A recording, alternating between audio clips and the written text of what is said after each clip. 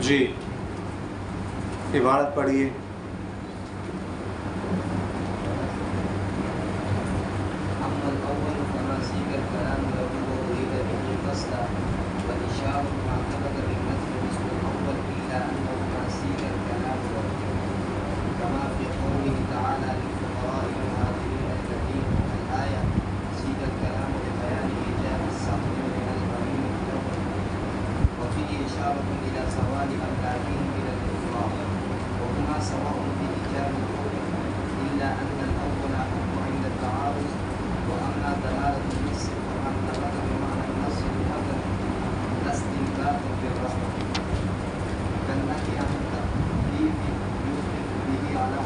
یوقف به على حرمة الدفع من غير واسطة التحمل والاجتهاد والثابت بدلالة النص مثل الثابت بالإشارة حتى صحت فرض الحدود والكفارات بدلالة النصوص إلا عند التعارض حدود الإشارة.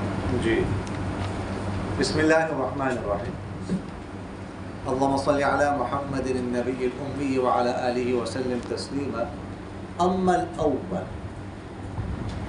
بہرحال پہلی قسم یعنی الاستدلال بعبارت النص، اس کا جو حکم ہوتا ہے، اس کی تعریف فما سیق الکلام، فما تو وہ ہے سیق الکلام لہ جس کے لیے کلام کو چلایا گیا ہو، وارید به قصدا اور اس کا ارادہ کیا گیا کلام کے ساتھ قصدا، والاشارہ اور دوسری قسم یعنی اشارۃ النص ما وہ ہے ثبت بالنظم جو نظم سے ثابت ہو پہلی قسم کی طرح مگر اس کے لیے کلام کو چلایا نہ گیا ہو، کما فی قولہ تعالی جیسا کہ اللہ تعالیٰ کے قول میں ہے للفقراء المہاجرین الذین، ان فقراء کے لیے جو ہجرت کرنے والے ہیں. تو سیق الکلام کلام کو چلایا گیا ہے لبیان ایجاب السہم من الغنیمت لہم، غنیمت میں سے ان کے لیے حصہ واجب کرنے کی وضاحت کے لیے. وفی اشارۃ اور اس میں اشارہ ہے اس بات کی طرف الی زوال املاک الکفار، ان کی ملکیت ظاہر ہونے کی طرف کفار کی طرف.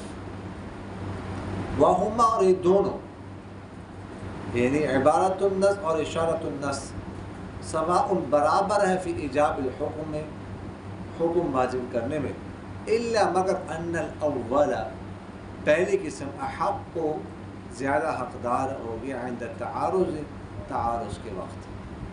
واما دلالت النص اور بہرحال دلالت النص جو ہے فما وہ ہے ثبتا جو ثابت ہو بمعنی النص، نص کے معنی کے ساتھ لغتاً لغوی معنی کے اعتبار سے لا استنباطاً بالرائے، نہ رائے کے ساتھ استنباط کے طور پر، کرنہی عن التعفیف جیسے اف کہنے سے نفی کی طرح، یوقف به واقفیت حاصل ہوتی ہے اس کے ذریعے سے، واقف ہوتا ہے انسان، پتہ چلتا ہے انسان کو علی حرمت الضرب، ضرب مارنے کی حرمت پر، من غیر واسطہ تأمل والاجتہاد، تأمل اور اجتہاد کے واسطے کے بغیر، یعنی غور و فکر اور اجتہاد کیے بغیر.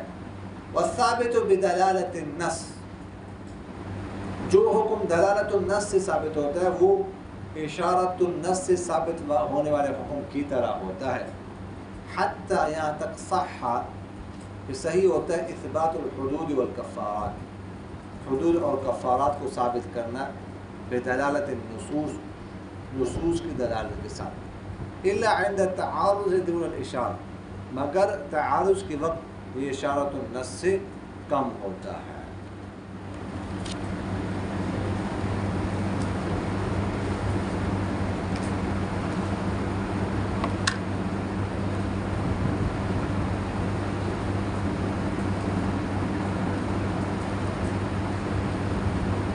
اچھا جی، تو کل ہم نے کتاب اللہ کی تقسیم رابع کی اقسام اربعہ کی وجہ اثر پڑھی ہے. امید ہے کہ وہ آپ حضرات کو یاد ہوگی. سمجھ آ رہی کہ نہیں آ رہی؟ اب یہاں سے ہر ایک کی الگ الگ تفصیل کرنا چاہتے ہیں. تو فرمایا اما الاول، پہلی قسم یعنی استدلال بعبارت النص، لیکن یہاں پر جو تعریف کر رہے ہیں وہ استدلال بعبارت النص سے جو حکم ثابت ہوتے ہیں اس کی کریں، تو اس کی تعریف ہے. تو فرمایا پہلی قسم فما سیق الکلام له وارید به قصدا، وہ ہے یعنی وہ حکم ہے جس کے لیے کلام کو کیا کیا گیا ہو، چلایا گیا. فما سیق الکلام له، جس کے لیے کلام کو چلایا گیا ہو، یہ کہہ کر اس کے ذریعے سے کس کو نکال دیا؟ اشارت النص کو. اس لیے کہ اشارت النص کے بارے میں ابھی ہم پڑھیں گے، اس کے بارے میں فرماتے ہیں کہ ما سیق الکلام له، وہ جس کے لیے کلام کو چلایا نہ گیا ہو. وَأُرِيدَ بِهِ قَصْدًا، اور اس کا ارادہ کیا گیا ہو اس کلام سے قصدا.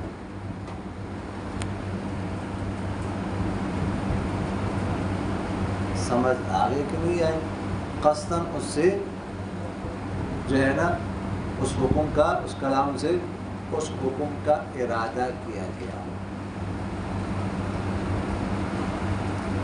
اچھا، تو یہ کہہ کر دلالت النص کو نکال دیا.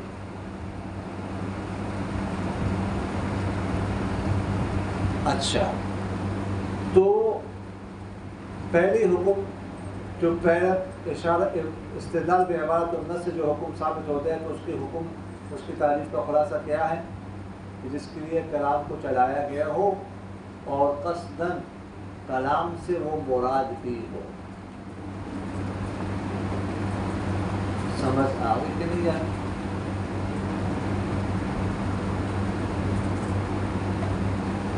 ذرا دوسری بھی دیکھ لیں. والاشارہ، اشارت النص کیا ہے؟ ما ثبت. اب یہاں سے بھی اس حکم کی تعریف کرے جو اشارت النص سے ثابت. ما ثبت بالنصب، جو نظم سے کیا ہو، ثابت ہو پہلے کی طرح. یعنی عبارت النص کی طرح. الا انه ما سیق الکلام، مگر اس کے کلام کو چلایا نہ گیا.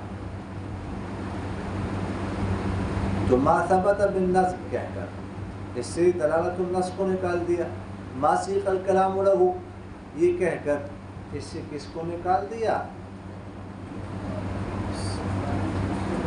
عبارت النص کو نکال دیا.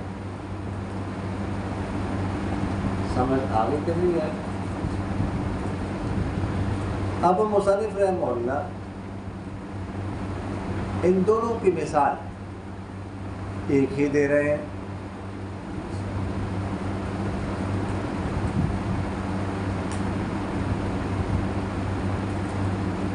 ویسے ہم اس کی حصی مثال جو ہم نے آپ کے ذہن میں ہوگا ظاہر اور نص میں بیان کی تھی، وہ یہاں پر بھی بیان کر سکتے ہیں.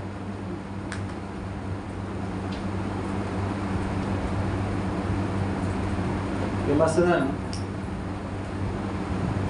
حصی مثال آپ نے دیکھنا ہے کس کو؟ عمر کو دیکھ رہے. عمر وہ کینٹین کے پاس کھڑا ہے، دیکھیں اس کے ارد گرد خالد، ابو بکر، زید بھی ہیں. تو آپ دیکھنا کس کو چاہتے ہیں؟ عمر کو. لیکن آپ کو خالد، ابو بکر، زید بھی نظر آ جاتے ہیں. اب ایسے تو آپ کر نہیں سکتے کہ آپ جو ہے نا بس بالکل آنکھوں کے ادھر بند کر کے کہ صرف مجھے جو ہے نا وہ عمر ہی نظر آئے، بس عمر نظر آئے اور کوئی نظر نہ آئے. تو عمر کو دیکھنا یہ کیا ہے؟ عبارت النص ہے. اور اس کے علاوہ عمر کا کیا ہے؟ خالد، ابو بکر، زید وغیرہ کا نظر آنا یہ کیا ہے؟ اشارت النص ہے. سمجھ آ رہی کہ نہیں آ رہی؟ مصنف رحمہ اللہ اس کی مثال بیان فرما رہے ہیں. للفقراء المهاجرين الذين اخرجوا من ديارهم واموالهم يبتغون فضلا من الله. سورہ حشر کی آیت ہے.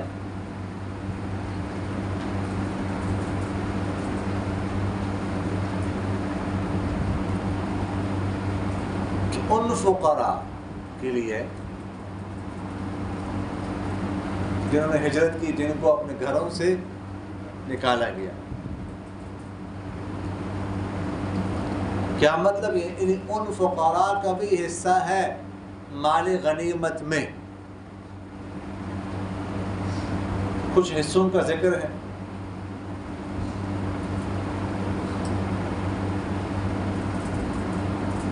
پچھلی آیت میں کہ مال غنیمت میں ان کو حصہ ملے گا، ان کو ساتھ للفقراء المہاجرین، یعنی ان کو بھی ملے گا. پچھلی آیت کیسی ہے؟ ہاں صدقات یا فطرہ. ہاں مال فی کا ذکر ہے. اس سے پہلے مال فی کا ذکر ہے. اصل میں تو یہ سورت جو ہے نا یہ نازل بنو نذیر کے بارے میں ہوئی ہے. تو ان کا مال تھا مال فی کے طور. مال فی کا ذکر ہے، پھر مال فی کے مصرف بتائیں. ٹھیک ہے. وہ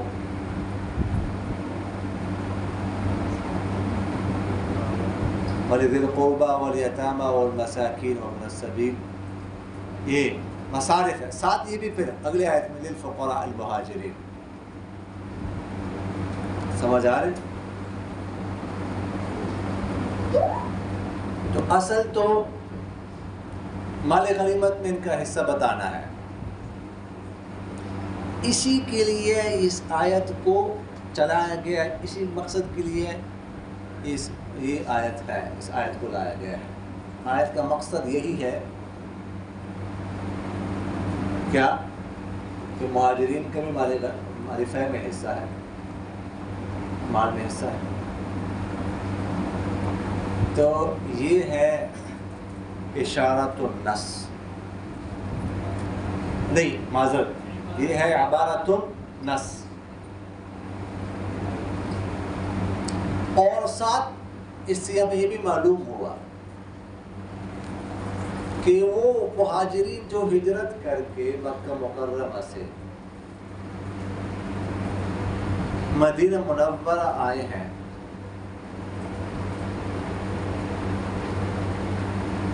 اور کفار نے ان کے مال جائیداد پر قبضہ کر لیا،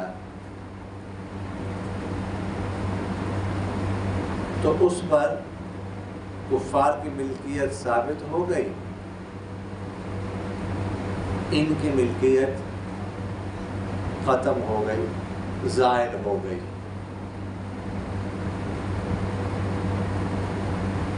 کیسے پتہ چلا یہ ہمیں اس آیت سے؟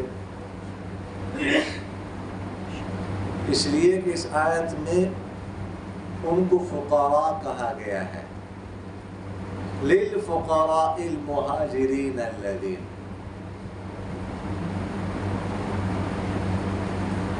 فقراء کس کی جمع ہے؟ فقیر کی. اور فقیر اس کو کہتے ہیں جو نصاب کا مالک نہ ہو یا جو کسی بھی چیز کا مالک نہ ہو. اس کو فقیر کہا جاتا ہے.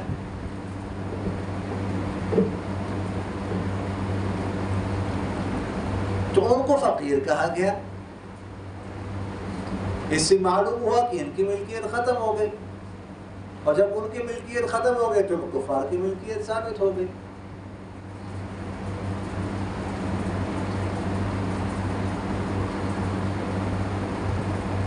کیونکہ اگر ان کی ملکیت ثابت ہوتی تو ان کو فقیر نہ کہا جاتا. جیسے مسافر ہوتا ہے،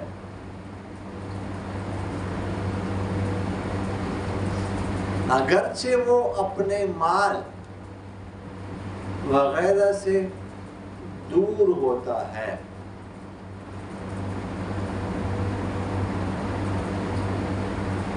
لیکن ملکیت تو اس کی ہوتی ہے. یہی وجہ ہے کہ اس کو فقیر نہیں کہہ سکتے. یہی وجہ ہے اس پر زکوٰۃ واجب ہوتی ہے.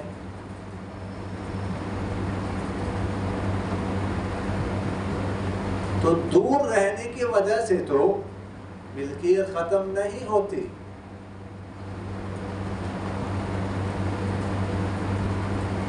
سمجھ آ رہی کہ نہیں آ رہی؟ جیسے معلوم ہوا کہ ان کی ملکیت ختم. امام شافعی رحمہ اللہ فرماتے ہیں کہ نہیں،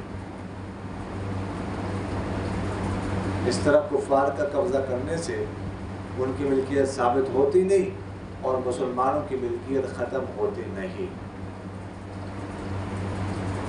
سمجھ آ رہی ہے؟ تو یہ جو بات ہے کہ ان کی ملکیت ختم ہو گئی، کفار کی ملکیت ثابت ہو گئی، یہ بات، یہ حکم معلوم ہو رہا ہے اشارت النص سے.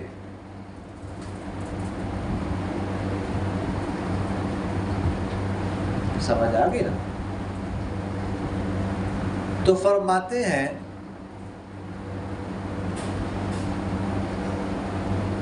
کہ وَهُمَا سَوَاءٌ فِي إِيجَابِ الْحُكْمِ إِلَّا أَنَّ الْأَوَّلَ أَحَقُّ عِنْدَ التَّعَارُضِ.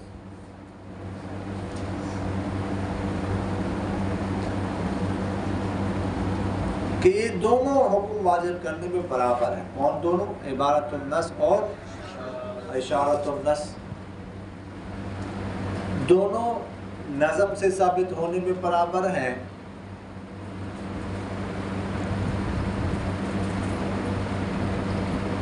دونوں قطعی ہونے میں برابر ہیں. دونوں قطعی ہیں. دونوں موجب حکم ہے، اس میں برابر ہے.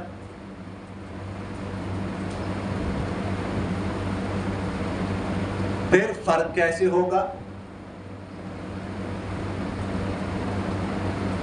تو فما الا ان الاول احق عند التعارض.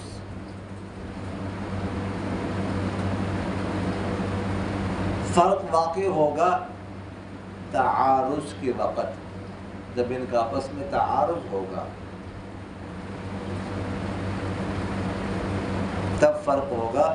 اس صورت میں عبارت النص کو ترجیح دی جائے گی کس پر؟ اشارت النص پر.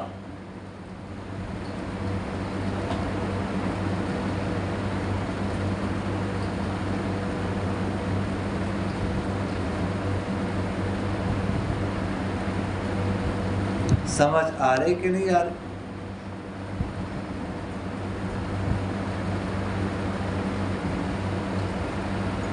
تعارض کی مثال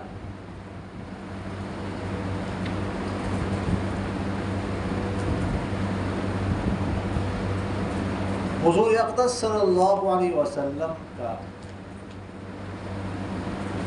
ایک ارشاد ہے عورتوں کے بارے میں.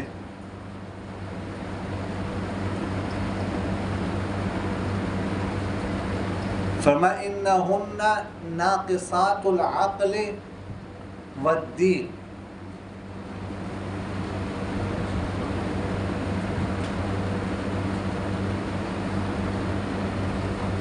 کہ عورتیں جو ہے نا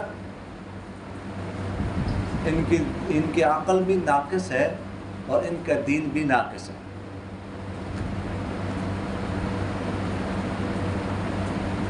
صحابہ نے عرض کیا وما نقصان دینہم، دین ناقص ہے، دین نامکمل ہے، وہ کیسے؟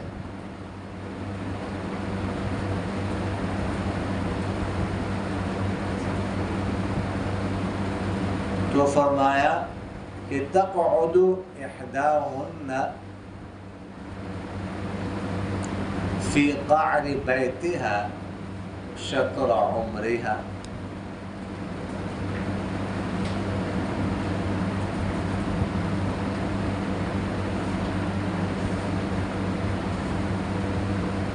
کہ ان میں سے ایک بیٹھتی ہے، یعنی ہر ایک اپنے گھر کے اندر شطر عمر ہے، آدھی عمر،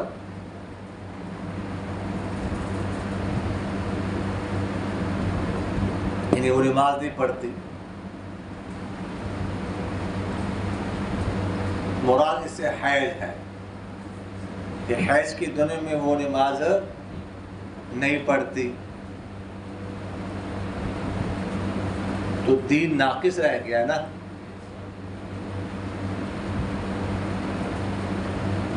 اب یہاں پر اس حدیث میں عبارت النص تو ان کی دین اور عقل کے نقصان کو بتانا ہے، یہ عبارت النص ہے.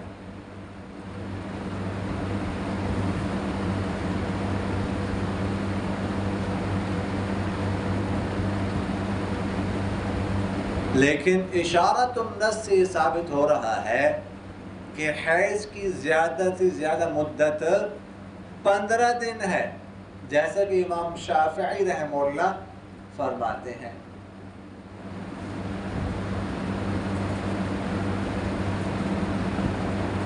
وہ کیسے پتہ چلا؟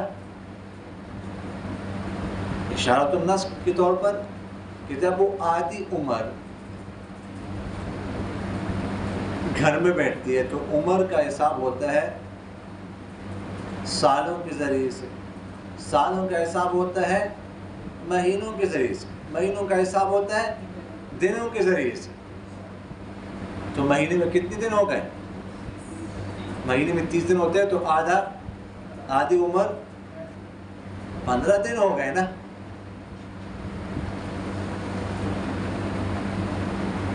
تو فرماتے ہیں کہ حیض کی زیادہ سے زیادہ مدت کتنی ہے؟ 15 دن ہے، اور اس سے وہ استدلال کرتے ہیں. اشارت النص سے ثابت ہو رہا.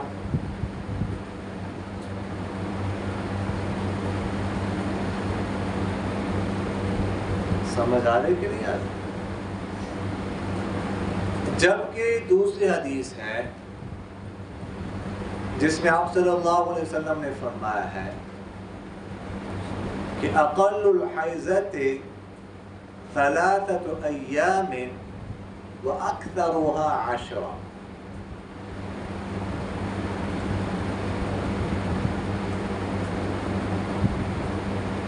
کہ حیض کی کم سے کم مدت 3 دن ہے اور زیادہ سے زیادہ مدت 10 دن ہے.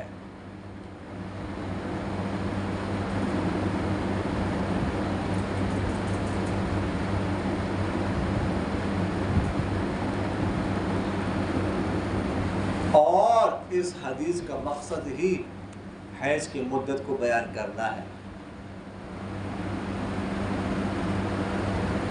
تو یہاں سے یہ عبارت النص ہے، حیض کی مدت کو بیان کرنا. تو عبارت النص سے کیا معلوم ہو رہا ہے کہ حیض کی زیادہ سے زیادہ مدت کتنی ہے؟ 10 دن. اس حدیث سے یہ معلوم ہو رہا ہے. اور اشارت النص سے کیا معلوم ہو رہا ہے کہ حیض کی زیادہ سے زیادہ مدت کتنی ہے؟ 15 دن.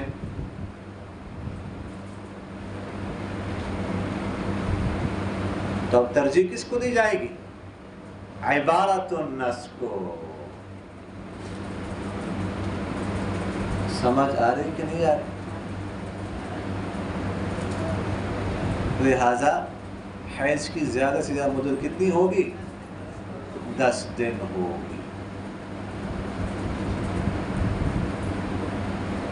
اسی طرح ایک مثال ہے، آپ لوگوں نے پہلے بھی پڑھی ہے، اشربوا من اموال الابل والبانها، کہ آپ صلی اللہ علیہ وسلم نے فرمایا وعرینا سے جو لوگ آئے تھے کہ تم اونٹنیوں کا پیشاب اور دودھ پیو، تو اس سے پیشاب کی حلت معلوم ہو رہی ہے اشارۃ النص سے۔ لیکن دوسری حدیث میں آپ صلی اللہ علیہ وسلم نے فرمایا استنزہوا عن البول فإن عامۃ عذاب القبر منہ، کہ تم پیشاب سے بچو، عام طور پر عذاب قبر اسی سے ہوتا ہے، اسی وجہ سے ہوتا ہے۔ اور یہ عبارت النص ہے، یہاں سے عبارت النص سے کیا ثابت ہو رہا ہے؟ ان کا ناپاک ہونا۔ پیشاب کا ناپاک ہونا، تو ترجیح کس کو دی جائے گی؟ عبارت النص کو۔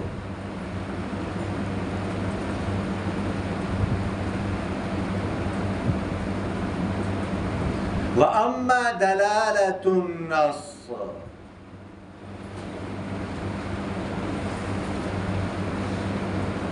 یہاں سے مصنف رحمہ اللہ تقسیم رابع کی قسم ثالث کو بیان کرنے لگے ہیں، اور وہ دلالت النص ہے۔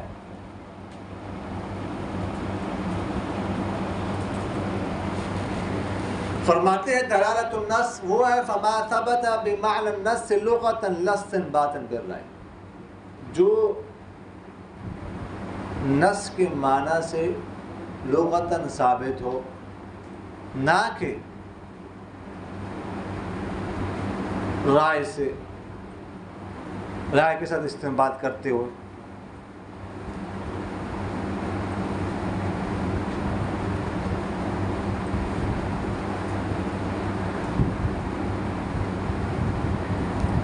دلالت النص،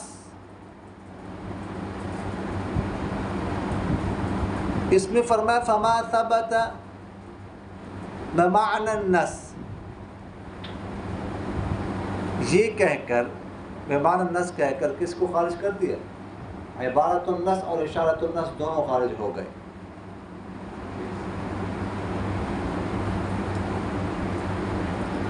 اس لیے کہ وہ نظم سے ثابت ہوتے ہیں، نہ کہ معنی سے۔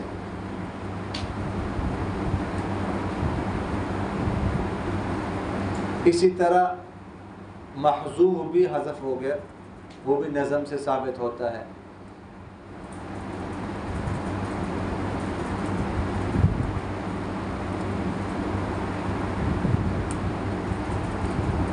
لا استنباطا بالرائے،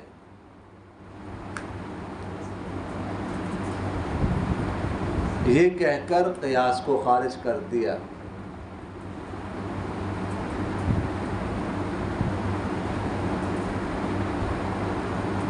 اور ان لوگوں کی تردید کر دی جو کہتے ہیں کہ دلالت النص قیاس جلی ہے،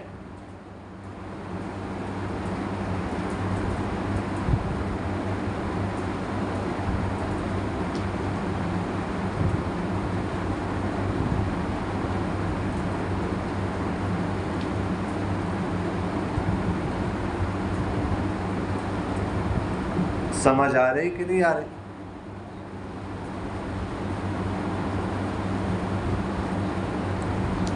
اچھا، یہاں پر فرمایا لغتاً،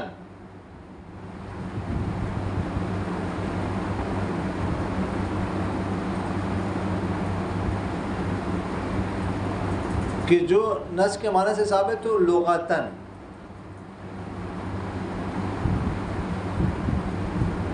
یہاں پر لغتاً سے معنی موضوع لہو مراد نہیں ہے، سمجھ آ رہی کہ نہیں آ رہی؟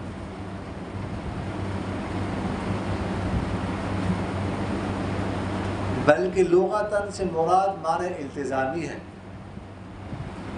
اور لغتاً بمعنی نص کے لیے تمیز ہے، معنی التزامی مراد ہے، یہ لازم معنی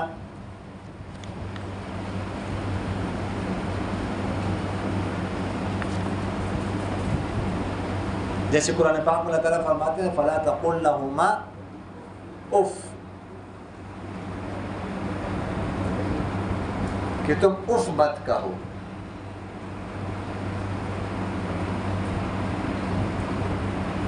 اس کا معنی موضوع لہو تو کیا ہے؟ اف. اف مت کہنا، او اف اف، یہ ہے.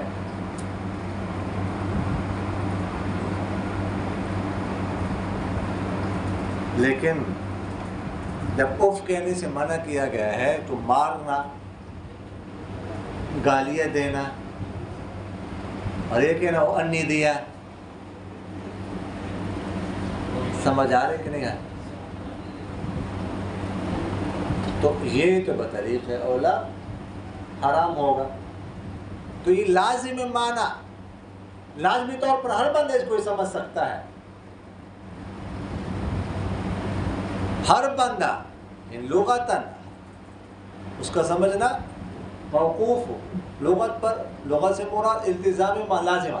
اب جس کو بھی فَلَا تَقُلْ لَهُمَا اف کی معنی کا پتہ ہو، معنی موضوع لہو کا،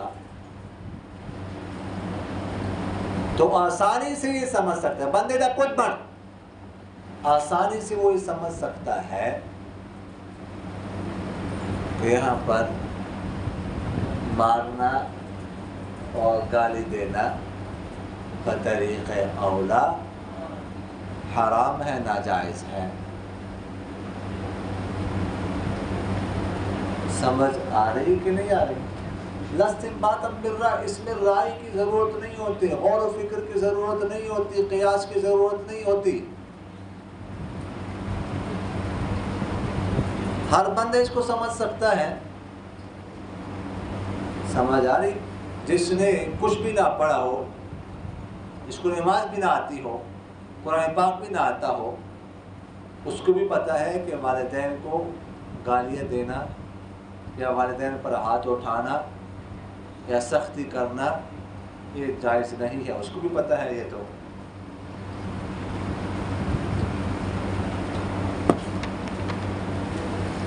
سمجھ آگے کہ نہیں آئی؟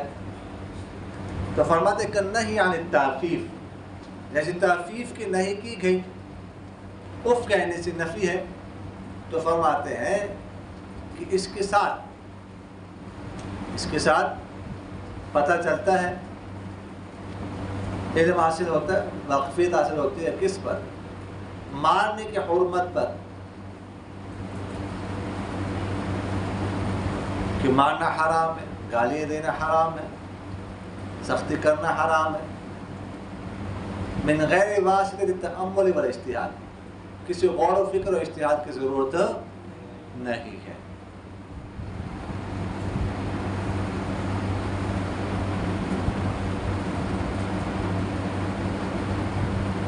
تو فرماتے ہیں والثابت بدلالۃ النص مثل الثابت بالاشارہ.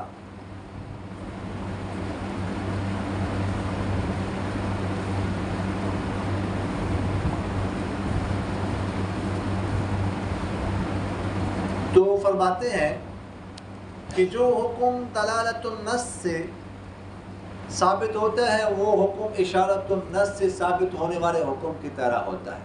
بندے دا پود بن، سمجھ آ رہی ہے؟ وہ چرسی تو انہیں پتا سوئے وہ کھڑے بار بار تجھے تنبیہ کر رہے، تجھے پتہ ہی نہیں چرس بھی ہے تو نے.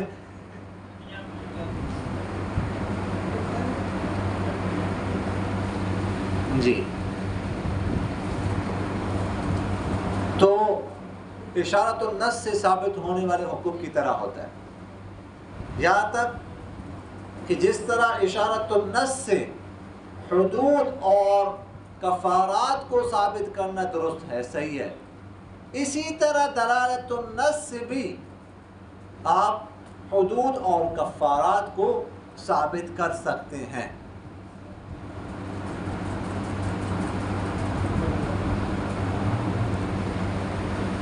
سمجھ آ رہی کہ نہیں آ رہی؟ حد کی ثبوت کی مثال،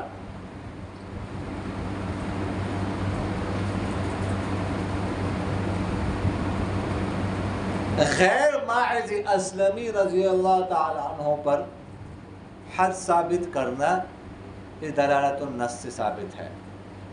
غیر ماعز اسلمی رضی اللہ تعالی عنہ کا واقعہ تو آپ لوگوں نے پڑھا ہے نا، صحابی تھے تو ان سے بدفعلی ہو گئی، سمجھ آ گئی، تو آپ صلی اللہ علیہ وسلم نے ان کو سنسار کرنے کا حکم دیا۔ وہ تفصیل اپنی جگہ پر ہے کہ انہوں نے خود اس کا اقرار کیا، بار بار اس کا اقرار کیا،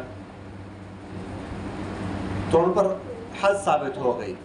اب ان پر جو حد ثابت ہوئی ہے وہ جو ثابت ہے عبارت النص سے، سمجھ آ گئی۔ اب ان کے علاوہ کسی اور پر حد ثابت کرنا قیامت تک یہ ثابت ہوگا کس سے؟ دلالت النص سے۔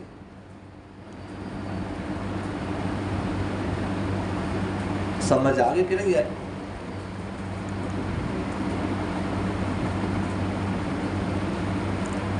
کفارہ ثابت کرنے کی مثال،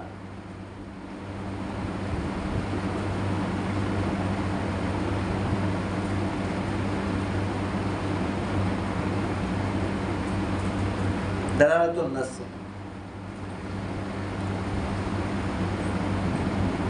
ابو ہریرہ رضی اللہ تعالیٰ عنہ فرماتے ہیں کہ ہم آپ صلی اللہ علیہ وسلم کے ساتھ بیٹھے ہوئے تھے، ایک شخص آیا، اس نے کہا اللہ کے رسول میں تو ہلاک ہو گیا، میں تو ہلاک ہو گیا، میں تو ہلاک ہو گیا، ہلاک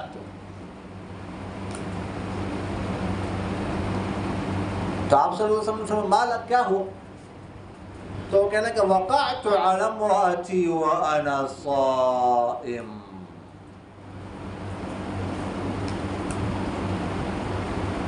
کہنے لگا کہ روزے کی حالت میں نے اپنی بیگم کو ٹیوشن پڑھا دی، یعنی جمع کر لیا۔ تو فرماتے ہیں کہ آپ صلی اللہ علیہ وسلم نے پوچھا هل تجد رقبة تعتقها، کیا تیرے پاس ہے غلام آزاد کر سکتے ہو، گردن آزاد کر سکتے ہو؟ تو اس نے کہا اللہ یہ کام میں نہیں کر سکتا، نہیں اس کی طاقت ہے۔ تو آپ صلی اللہ علیہ وسلم فرمایا تستطيع ان تصوم شهرين متتابعين، کیا 2 مہینے مسلسل روزے رکھ سکتے ہو؟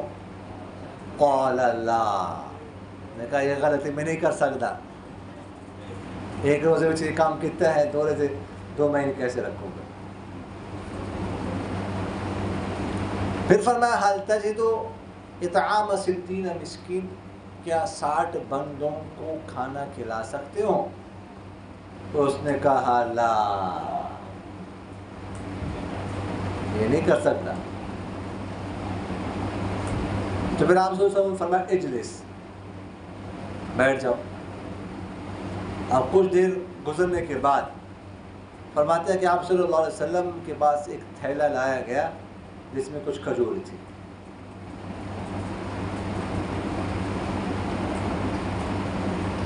تو آپ صلی اللہ علیہ وسلم نے پوچھا این السائل، جب بھی مسئلہ پوچھ رہا تھا وہ کدھر ہے؟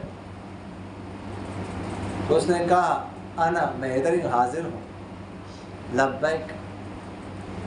تو آپ صلی اللہ علیہ وسلم نے فرمایا خذ ھذا فتصدق بہ، کہ یہ لے لو تھیلا اور بس اس کا صدقہ کر دو، یہ آپ کی طرف سے کیا ہے؟ کفارہ ہے۔ تو وہ بابا سی، وہ بڑا ماہر سی، تو اس نے کہا کیا مجھ سے بھی زیادہ فقیر ہے اللہ کے رسول؟ اور فرمانے لگا کہ نہیں ہے مدینہ منورہ کے دو پتریلے زمینوں کے درمیان زیادہ فقیر گھرانہ ہم سے، یعنی ہم سب سے زیادہ فقیر تو ہم ہیں، کس کو کھلائیں گے ہم؟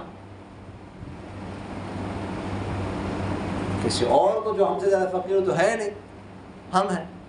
تو فضحک النبی صلی اللہ علیہ وسلم، تو آپ صلی اللہ علیہ وسلم ہنس پڑے اور فرمایا اطعمہ اہلک، چلو پھر تو اپنے گھر والوں کو کھلا، منہ جا کر،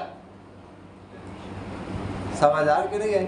گھر والوں کو کھلا، کفارہ بھی ادا ہو رہا ہے، پیٹ پہ تیرے ہی بھر رہا ہے، سمجھ آ کہ نہیں؟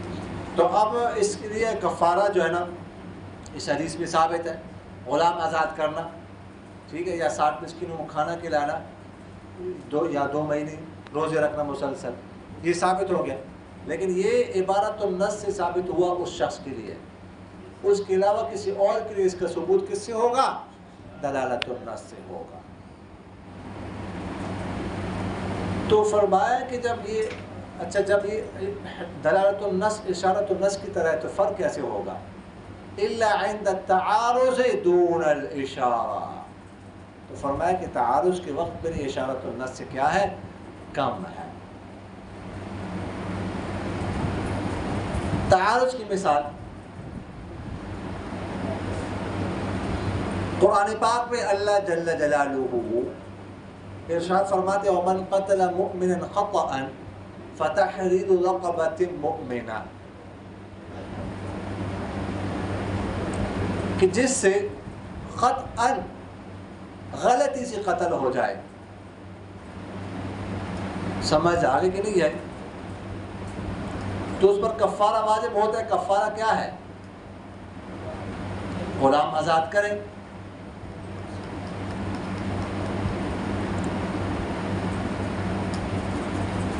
جب قتل خطا میں کفارہ واجب ہو رہا ہے تو قتل عمد میں تو بطریق اولا کفارہ واجب ہونا چاہیے، وہ تو قتل خطا سے بھی اعلیٰ ہے، قتل خطا تو ادنا ہے، جیسا کہ امام شافعی رحمہ اللہ فرماتے ہیں۔ تو لہٰذا دلالت النص کے طور پر اس آیت سے ثابت ہو رہا ہے کہ قتل عمد میں بھی کفارہ واجب ہوتا ہے۔ اور دوسری آیت ہے، اس میں اللہ تعالیٰ فرماتے ہیں وَمَن يَقْتُلْ مُؤْمِنًا مُتَعَمِّدًا فَجَزَاؤُهُ جَهَنَّمُ خَالِدًا فِيهَا،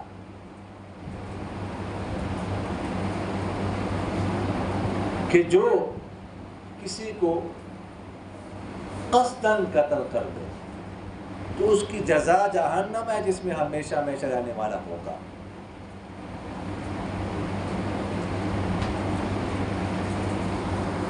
اس آیت میں قتل عمد کی جزا صرف جہنم بتائی گئی ہے۔ جزا کہتے ہیں جزا، پورا کا پورا بدلہ، پورا بدلہ، تو بتایا کہ پورا بدلہ اس کا کیا ہے؟ جہنم ہے۔ تو بس جب پورا بدلہ جہنم ہوا تو بس کچھ اور واجب نہیں کر سکتے کفارہ وغیرہ۔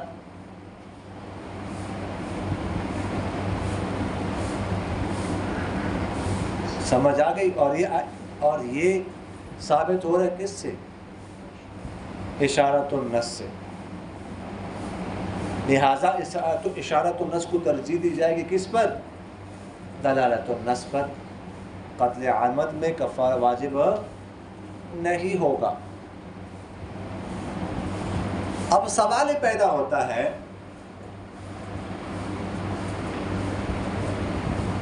کہ آپ نے فرمایا قتل عمد کا بدلہ کیا ہے؟ جہنم ہے، پورا کا پورا بدلہ۔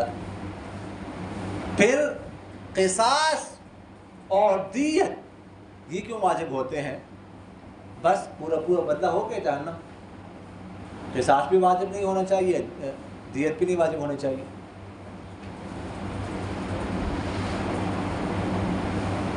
سوال سمجھ آ گیا کہ نہیں؟